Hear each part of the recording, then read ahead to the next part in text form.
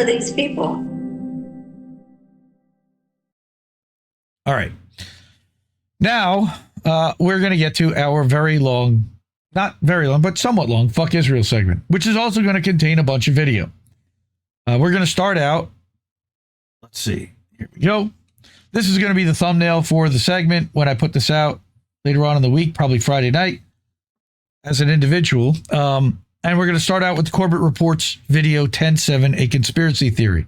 5 minutes long, packed with information, and debunks a lot of the things that have been spewed over corporate media. We're going to bring a video from Dr. Mark Brauner, who was a Gaza surgeon that served over there and is now here. He just recently started a Substack, and he's been recording these videos, and he talked about what happened just the other day in Gaza, as well as Morgan Cooper, who is an American that lives in occupied Palestine. Currently, she's in the United States because they closed down the schools. She's a mom, and she's married to a Palestinian. I'll let her tell her story. All right. I've also got videos from Andrey X and one from a guy named Cortlen Combs, a thing about the BBC, and an article from Andy Worthington, Indie Media Award honoree. All right. We've got Anti-War, another Indie Media Award honoree, and Jonathan Cook. Like I said, I've got a pretty big lineup of stuff just related to Israel, and then we'll get to the lightning round afterwards. So let's start with 10-7, A Conspiracy Theory, by another Indie Media Award honoree, James Corbett of the Corbett Report. All right, you're going to hear that a lot. Go to indiemediaawards.substack.com for the full list, links to everybody's pages, social media, everything. Okay. So this was, I remember I played about 6 weeks ago, maybe longer, on the show. Corbett Report back in 2011, for the 10-year anniversary of 9/11, did a video called 9/11, A Conspiracy Theory, which I played on this show. It's outstanding. And it really does debunk a lot of the 9/11 narratives, which is interesting considering that we're coming up on the 25th anniversary of 9/11 in a month. Last week or a week and a half ago, he put this video out, 10-7, A Conspiracy Theory. And I watched it and I'm like, this is gold. This is just as good as the 9/11 video. 5 minutes long. You got to see this. So let's watch it.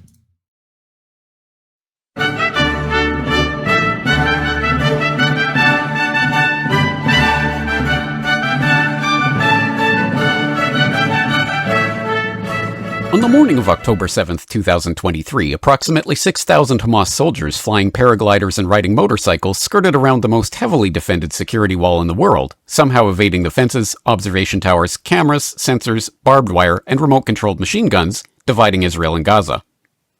These 6,000 madmen, who trained for their dastardly sneak attack in full view of the IDF for months, then proceeded to roam around the Israeli countryside for hours with complete impunity, killing hundreds of Israeli civilians and not beheading babies and not raping women while IDF forces watched, because those IDF soldiers had been ordered to stand down that morning. All stations, I don't know why, I don't know how, something along those lines. No patrol on the fence. And this was at 5:20 in the morning. All stations are to hold their positions. Then the IDF sprung into action by implementing a policy to kill their own citizens in the event of a hostage situation. ישירות, אני חושב שבאופן טקטי במקומות שונים ניתנה, ובמקומות אחרים לא ניתנה, וזו בעיה. Luckily, the news anchors knew exactly what had happened within minutes. Now, the Israeli military says this infiltration came by land, by sea, and by air in the form of Hamas gunmen on paragliders. The U.S. Senate knew within hours. And Iran is teamed up with Hamas, is what we are hearing. And the Israeli government knew within the day. אזרחי ישראל, אנחנו במלחמה. לא במבצע, לא בסבבים, במלחמה. But for some reason, a bunch of crazy conspiracy theorists began to ask questions about the most startling security failure in the history of the most heavily defended border in the world. So the idea that Hamas could infiltrate about 20 communities inside Israel and attack the citizens without any immediate response from Israel is extraordinary. It is absolutely extraordinary. Those conspiracy theorists dared to ask why the border guards were told to stand down that morning, Why Unit 8200 provided no geolocation data to security forces despite Hamas fighters using phones and radios inside Israel for hours, why the IDF ignored alerts of Hamas aerial activity hours before the attack took place, and why the Prime Minister, Defense Minister, and IDF chief didn't even speak with each other until 4 hours into the crisis. But they're just anti-Semitic loons, so they would ask those questions.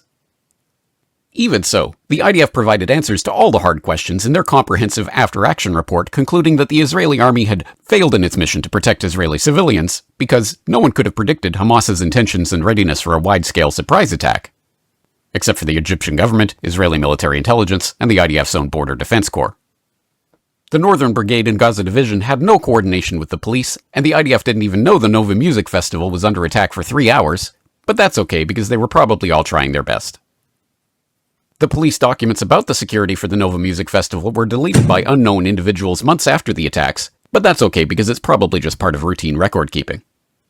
A Columbia Law School paper found traders informed about the coming attacks profited from these tragic events, but the original paper made a currency error that didn't affect the conclusion, so there's probably nothing to see here. This man never existed, nor is anything he had to say worthy of your attention, and if you say otherwise, you are a paranoid conspiracy theorist and deserve to be shunned by all of humanity. Likewise him, and her. And her, and her, and him. After the dust settled, we were reliably informed that, Like the false flag events of December 7th, 1941, and the false flag events of September 11th, 2001, October 7th is a day that will forever live in infamy. As a result, the Israeli forces made up for their error by gently and proportionately leveling Gaza, killing 75,000 civilians, blockading humanitarian aid, massacring people begging for food, telling people to move to areas that were then bombed, bombing hospitals that Hamas fighters were not occupying, and destroying the vast underground Hamas supervillain bunker that didn't exist. This is the story of 10/7, brought to you by the same media which told you the hard truths about the best Biden ever, and 2 weeks to flatten the curve, and AI-generated rat penises, and the USS Liberty. If you have any questions about this story, you are a terror-loving anti-Semitic libtard who deserves to be deported regardless of citizenship status. If you love the government of Israel and/or peace, tranquility, cooperation, fresh bagels, and this adorable baby, you will never express doubts about any part of this story to anyone. Ever. This has been a public service announcement by the Friends of the IDF, the Epstein Influence Network, AIPAC, the ADL, the Israeli government spokespeople in the media, and the Likudniks. Because ignorance is strength. Brilliant.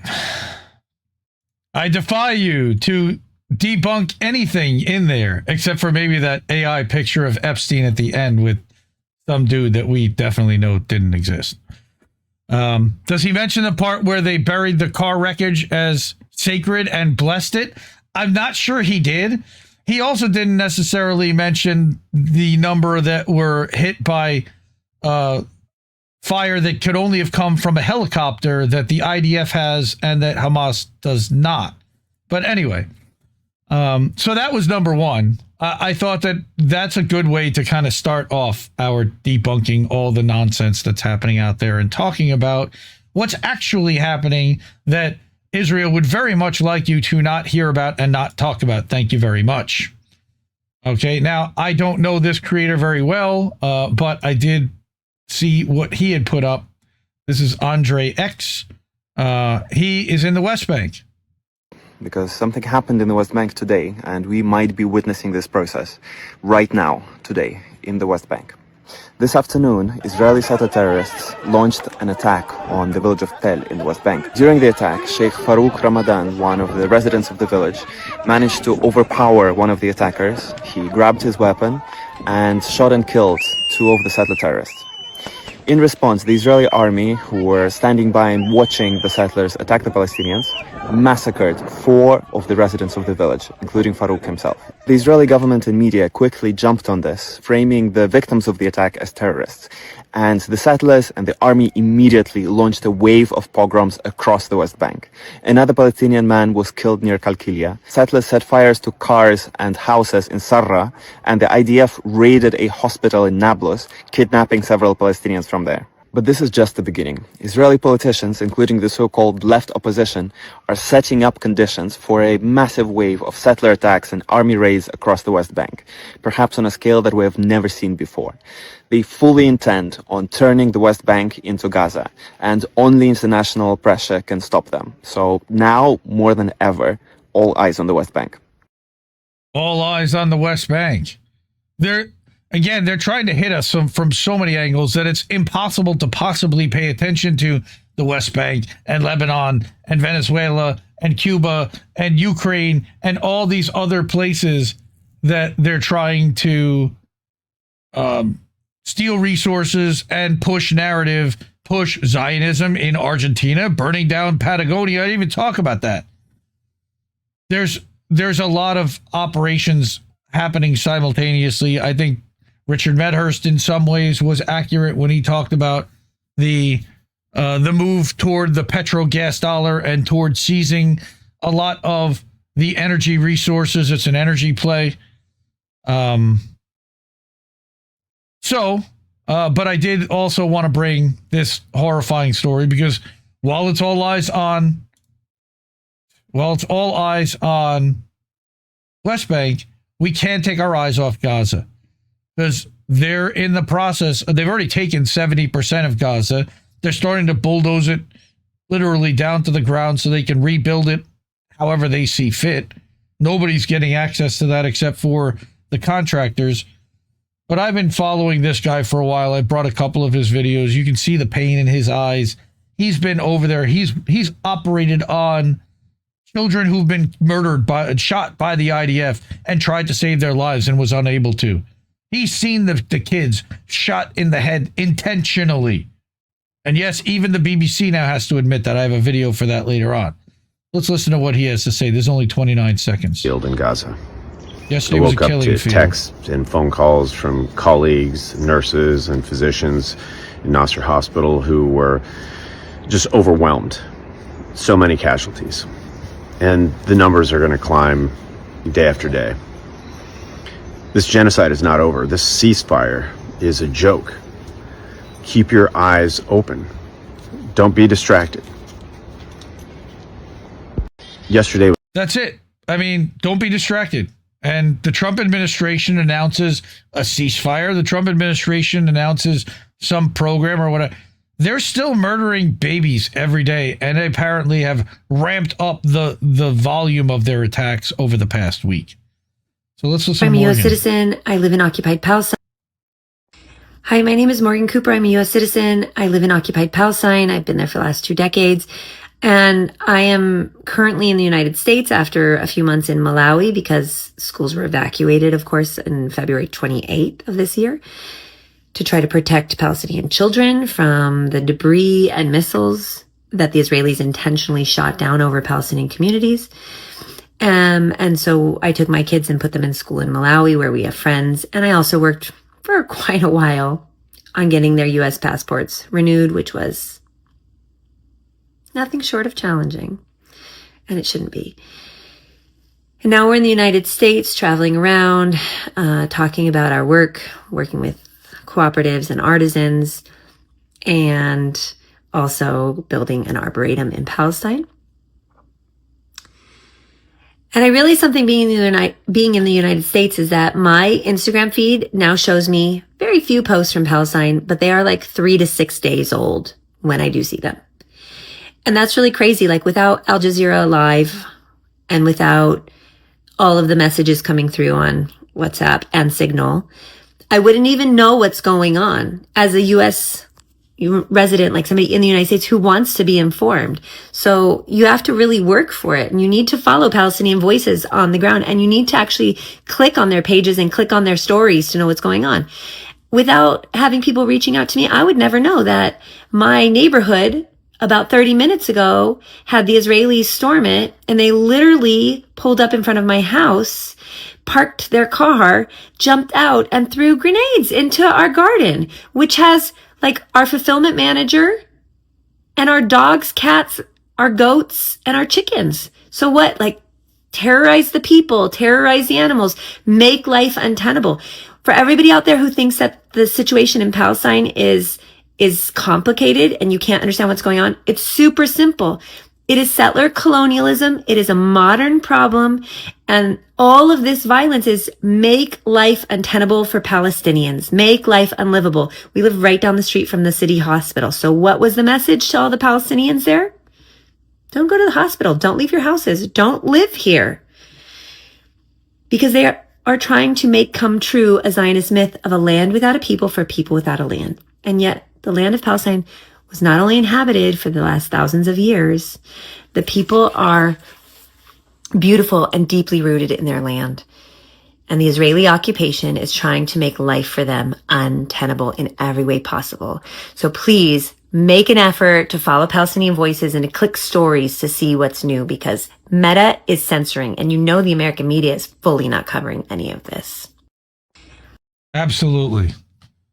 And that's why IndieNewsNow.com has a live feed, and we are plugged into Israel-Palestine News, which is a massive aggregator, as well as Middle East Monitor, another massive aggregator, so that we are trying to get actual news that's happening real time out of what's happening in Palestine.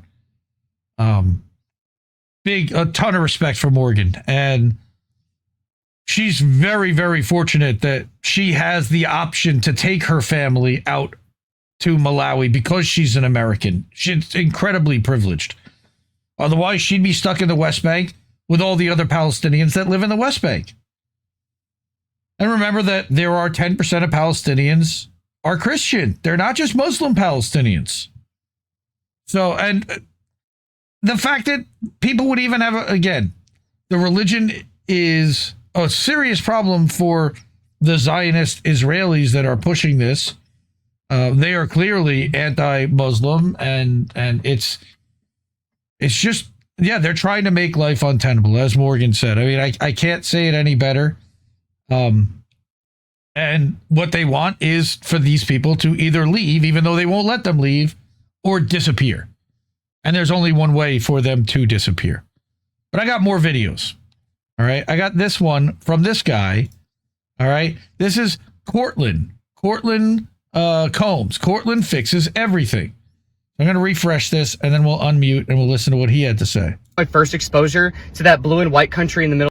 So I want to talk about my first exposure to that blue and white country in the Middle East that's bombing children right now. My first exposure, before I knew anything about the history of that country and the history of that conflict, the history of that region, was a video on Reddit, I want to say about 8 years ago, and it was a video of 2 IDF soldiers. You could see that one of them was holding a phone camera up to a scope so that you could see in the distance, and what you could see is a barbed wire fence, and there were some children on the other side of it playing soccer. Now the translation was in English, but you can hear that they're speaking Hebrew. And they're saying to one another, hey, I wonder if you can hit him in the head. See if you can hit him in the head from here. And I literally, shit you not, he says, okay, let me see if I can do it. There's a pause in the video, and then you hear a shot ring out. A second or so passes, and then the child that you see at the other end of the scope drops. And these 2 psychos start cheering. They start high-fiving one another. They start saying, you can see the audio where it says, hey, good job. Good job, dude. You hit him. I can't believe you got him in the head. That was my first exposure to this whole conflict in the Middle East, is 2 grown men cheering about hitting an unarmed child in the head with a sniper round. So to all the people who argue with me and say like, oh, you don't know the details. Oh, they're just defending themselves. No, they're not. No, they're not. That child was unarmed, playing soccer behind a barbed wire fence. And that soldier put a round in his head. You want to talk about who the bad guys are? They're the bad guys. They're the bad guys. Anyone who takes a shot at an unarmed child is the enemy. They are the bad guys. I do not want to hear about them being the most moral army, when this was my first exposure to what they do to these people. So I want to talk about my first. 0 lies detected, sadly. So, and this is, there are a lot of Americans that have this specific kind of experience, especially over the last 3 years. If they had not already been plugged into what's been happening, if they weren't just consuming straight Hasbara, and they may have been on TikTok or Twitter or a social media site and saw some of the horrific footage, that Israel is inflicting on babies, on unarmed mothers, yeah, I can understand that. And I feel the same way. Okay, so we're going to continue. I got a couple more. All right. This one, every innocent child deserves to live. Right. This unbelievable that this is even a question. The BBC World Service has compiled material on over... This is the BBC, 19 seconds. The BBC World Service has compiled material on over 160 cases where children have been shot in Gaza and found that in 95 cases, the child was shot in the head or the chest. In most of these cases, the victim was under 12 years old. The cases we found run from the first... Okay. Right. So, again, why are we even still having a conversation?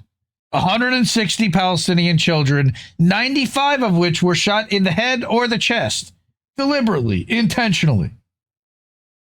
And we're still having a conversation about whether Israel should be allowed to exist as a country. And whether the people that did it, which are we investigated ourselves, and then they're being let go, and released and set free to do this again. Okay, now I have a mini lightning round. I'm not going to read through all these articles because I know I got a bunch of other stuff to still get to. Okay, but Andy Worthington, Indie Media Award honoree, friend of the show. All right, he publishes over at his website, andyworthington.com. He's also on Substack. So Hamas did say it had agreed to disarm in Gaza. That was big news. Again, and then all of a sudden that's already now disappeared and come off the table because it was under the assumption that Israel was going to stop occupying and that there was going to be an international force. And today, Netanyahu came out and said, no, we're not doing that. We're staying forever. So forget that. And then they're going to talk about building settlements. And that's already, we've been talking about that and then how Smotrich and others are pushing him to announce that they're going to do that, which we already have known that they're planning on doing. And then they're going to build waterfront property that Kushner's going to get involved with. Witkoff's going to own some property, probably. And they'll have all the Gaza board of quote-unquote peace. Tech bros and everybody else involved get their little piece. I also have a thing about no more than $400 million to rebuild Gaza, when last week I brought an article saying it's going to cost $70 billion to rebuild Gaza. Well, maybe not the way that they intend it to be rebuilt. So let me get back to Andy here. Okay, in his new article, Hamas agrees to disarm, but only if Israel leaves Gaza, is his response to today's claim, trumpeted by Trump, that the Board of Peace, the body set up under his admin last October to implement a ceasefire and supervise the future of Gaza, has reached a historic agreement on the complete disarmament of Hamas and all the other armed groups in Gaza. Complete bullshit.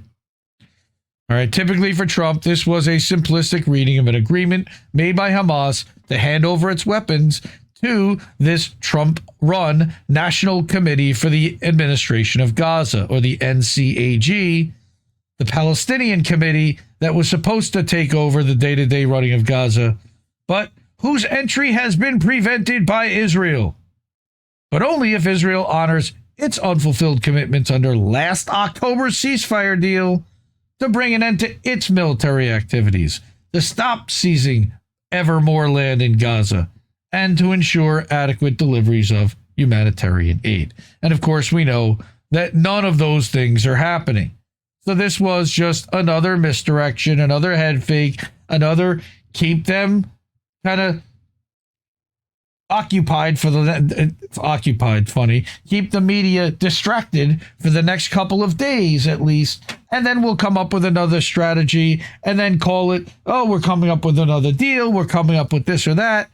All right. And remember, again, he's talking about Kushner with the new Gaza. We talked about that on How Did We Miss That?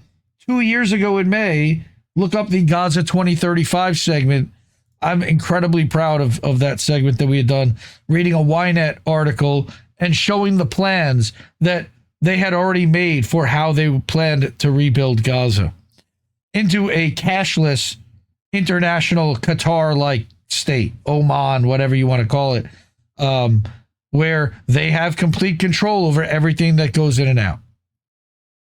So again, read the whole article. Also read his Substack notes. This is just a short summary. He also summarizes that over the last week, he amplified a Novara media interview with Ellie and Lottie of the Filton Four. Really important story that they're still on trial. And I talked about their lawyer. Shared a post from Gaza about complete collapse of the means of survival. Then he wrote another article about how the U.S. drove that fake scandal. We're going to talk about Karim Khan, the guy from the ICC, right, which has its own problems, but it's the only board that was actually holding the Israelis accountable at all, and they then threw out the guy that was leading the investigation. So before we get to that Jonathan Cook article, I did want to mention, like I said, the killing has never stopped. Indie Media Award honoree and Dave DeCamp at Indie Media Award honoree at thewar.com. This was yesterday, Sunday. Israeli attacks massacre 17 Palestinians across Gaza, despite Hamas agreeing on disarmament plan. This is what's happened every time there's a deal announced. All of a sudden, Israel ramps up the killing. Yep, there you go. Same thing. Go start. Yeah, I got it, dude. I got it. I'm all over it. All right. Also, the largest funeral in Palestinian history took place today. 308 martyrs and missing persons from a single residential square in the Al Sabra neighborhood. Families whose names were wiped from the record. Awful. Fuck Israel. All of these things. Okay, so the DeCamp article, let's look at that. Israeli strikes pounded Gaza on Sunday, killing at least 17. One of the highest daily death tolls in months. Just months, because, they were killing hundreds a day. Just, and of course, there's a lot fewer people there now, so it's right. Despite Hamas agreeing to disarmament plan. Multiple children were among the victims on Sunday, including Azam Abu Taif, a 5-year-old killed alongside his father and pregnant mother by an Israeli strike that hit a residential building in Gaza City, according to Al Jazeera. A family. 3 people gone. And the Israelis cheer. Those fucking monsters. Awful. Awful. Medical sources at Nasser Hospital told Al Jazeera that a couple and their young daughter were killed by an Israeli strike on an apartment in Khan Yunis. A child was also killed by an Israeli drone attack on a tent in Gaza City's western Rimal neighborhood. Why? Israeli strikes also pounded central Gaza, where at least 4 Palestinians were killed. Was anybody firing at the IDF? No. Was anybody doing anything other than trying to survive? No. And yet, this is tolerated. A day earlier, Israeli forces killed 8 Palestinians and bombed medical warehouses attached to Al-Aqsa Martyrs Hospital in central Gaza, according to Gaza's health ministry. The building looked like a crater. I didn't want to show a shot of it because I can't confirm that that's exactly what it was, where it was, and what happened. But from what I saw, according to what they said, that looked like an empty fucking crater where a building that housed medical supplies that are already in short supply used to stand. The ministry said the attack resulted in the complete destruction of 2 out of 4 warehouses at the targeted site, in addition to causing severe and extensive damages to the other 2. The heavy Israeli attacks came after the so-called Board of Peace unveiled what it said was a 15-point plan to implement the Gaza Peace Plan that doesn't have any Palestinians in it, announced by President Trump on Truth Social on Thursday night. To his paying customers, I know, because now they made the real-time API apparently only available to paying customers, and everybody else gets a delayed version of his feed, so they can then insider trade before anybody else. What a world we live in. Okay.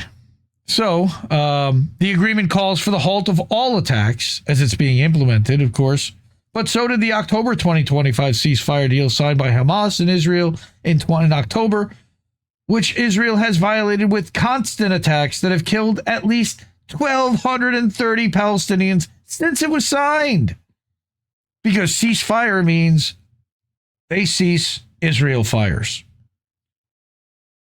Under the new deal, Hamas has agreed to hand over its weapons to a Palestinian technocratic committee known as, like I said, the NCAG, which will take over governance of Gaza.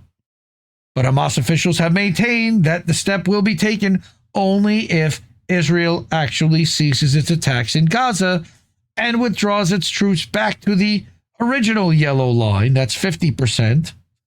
So they're already giving up half their territory. And by the way, there's no sign Israel's actually agreed to the deal, despite the announcements from Trump and the Board of Peace. And actually quite the opposite, because 24 hours later, they're walking it back because Netanyahu said no. The agreement is a package. We will not begin any weapons-related steps until Israel implements these commitments. Frankly, if Israel doesn't implement them, we won't proceed. So, fuck Israel, because we know they're going to lie and they're going to welch and they're not going to honor anything that they allegedly agree to, because they never do. And nobody holds them accountable. So finally, I have another Indie Media Award honoree that I have not brought an article from in quite a while. And this is a really long one because it documents a lot about what's happening with regard to the ICC, the bullshit trumped up charges that were brought up against Karim Khan, who was the lead prosecutor, okay, and his now dismissal from the case. So what Jonathan Cook says is that with Karim Khan's dismissal, the elimination of the War Crimes Court is near complete. Millions of people around the world will now find themselves even more exposed to the criminal actions of predatory states. Unlike Khan's accuser, they're unlikely to ever get their day in court. And that is Karim Khan.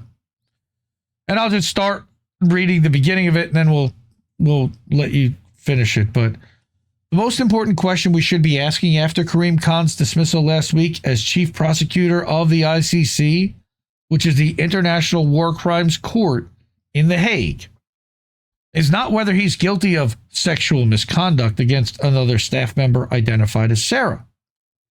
That can only be decided through a legal process. One, let us note, that's already taken place. A fact-finding body carried out a lengthy investigation of Sarah's allegations over more than a year. Its thousands of pages of evidence were then evaluated in detail by 3 senior judges. Though you wouldn't know it from the media coverage, they concluded that there was no evidence to suggest any kind of misconduct by Khan, sexual or otherwise. Why let a good truth get in the way of a narrative, right? Strangely, that determination was largely confirmed by an extraordinary, deferential, exclusive CNN interview with Sarah aired earlier this month. She declined to give any meaningful details of what Khan had allegedly subjected her to, and celebrity interviewer Christiane Amanpour delicately avoided pressing her for any clarification. How convenient. No matter. The purpose of the CNN interview was never about excavating facts. It was designed to offer face-saving cover as an entirely political body called the Assembly of States Parties, comprising diplomatic representatives of the 125 states signed up to the ICC, entirely ignored the legal findings and dismissed Khan. Paradoxically, it was the Assembly of States Parties, or pirates, that appointed the judges who had concluded there was no evidence of misconduct or breach of duty by Khan. That inconvenient judgment was simply reversed, despite the Assembly members being in no position to weigh the evidence themselves. That makes a lot of sense, right? I mean, literally, this is Kafkaesque stuff. The Metamorphosis, Gregor Samsa kind of stuff. And it reminds me of what's been happening to Hussein Dogru in Germany, what's been happening to Jacques Baud in Switzerland. Speak out against the crimes of the states and of, their countries, and find yourself accused and your life ruined, which is exactly what they tried to do. So again, this is a pretty long article by Jonathan with several sections to it. All right, you've got the concerted backlash and a tsunami of threats, and of course the untouchable criminals, and then you've got the predatory states at the end of all this. Like I said, this is a pretty long article. I'm not going to read through the whole thing, but let's just read at the end at the summary. All right, any lawyer who takes up the post of ICC chief prosecutor will be only too aware of the fate that befell Khan and the campaign of intimidation against Bensouda as soon as each tried to enforce accountability on Israel and its Western patrons. It will take a very brave individual indeed to renew that task. Khan's successor will understand that in any further confrontation with Israel and Washington, the U.S. will not hesitate to crush the ICC and with it, remove the only effective restraint on criminality by powerful states.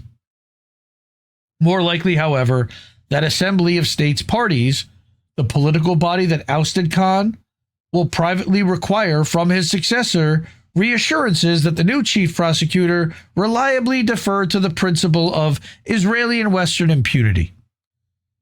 Only someone less willing to ruffle feathers stands any chance of being appointed. That was the clearest of messages sent by the Assembly when a majority of member states voted to be rid of Khan. Khan! I want to get Shatner saying that. The short-lived experiment in creating a mechanism for enforcing international law is over. We are now back to the law of the jungle. Not that we ever hadn't been, because they had brought up sanctions against Russia for Ukraine, but never against Israel, which was insane. Hundreds of thousands of people around the world, more likely millions, will now find themselves even more exposed to the criminal actions of predatory states. Like he says, unlike Khan's accuser, they're unlikely to ever get their day in court. And she got her day in court, and the judges ruled that it wasn't credible, and then this assembly of states parties just overruled it, even though they didn't review the evidence and didn't have the right to do so. Welcome to dystopia again. Captain Kirk versus Khan. That's right. Thank you, Chris H. Appreciate that. Okay. So that was our somewhat long Fuck Israel segment wrapped up. Thanks for sticking with me. I know. I saw what Bad Cookie said, that to save his Saturday, he's gonna head out. And I totally love you, man. I appreciate that. I understand this is really tough stuff to get through. And I know earlier he said that he appreciated, that he thanked those people for speaking out. It's so ugly he can't believe that the Israelis consider themselves human, which is totally agree. All right. We're buffering here. No, I think that's you, Kate. Sorry. I hope, at least. A few small dropout, 5 seconds long. I don't know. I'm not dropping any frames, so hopefully it's not me.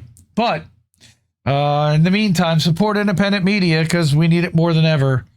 I don't know too many shows that will go through that litany of all of Israel's war crimes in one shot like that, and I know it's a lot to absorb. I appreciate everyone for supporting me and sticking around, but I need to get through it myself just so I know what's going on, and I can get on the same page as some other people, and we all kind of share what's going on. Because it's awfully lonely when you only have this knowledge and it's in your head and you know what's going on, but nobody else seems to know or want to act or know what to do about it, and it just helps to share.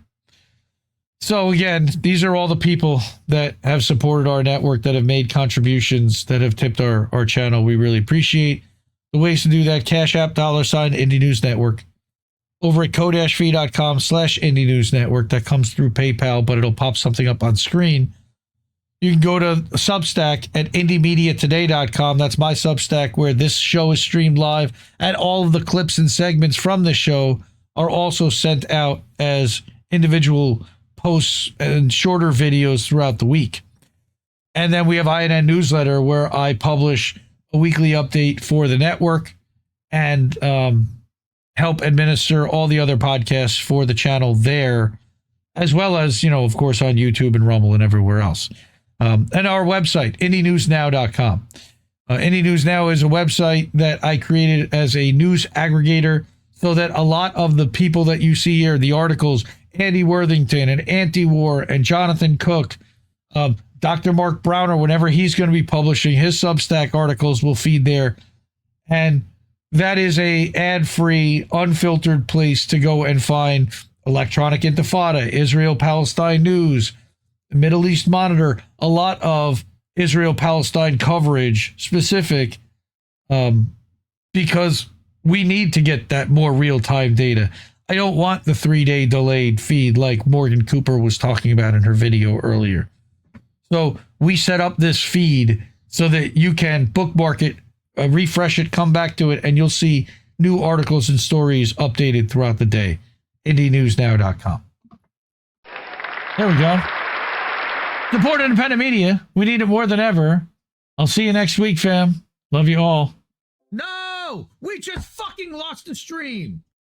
I guess this isn't such an awful place. Is that what you want?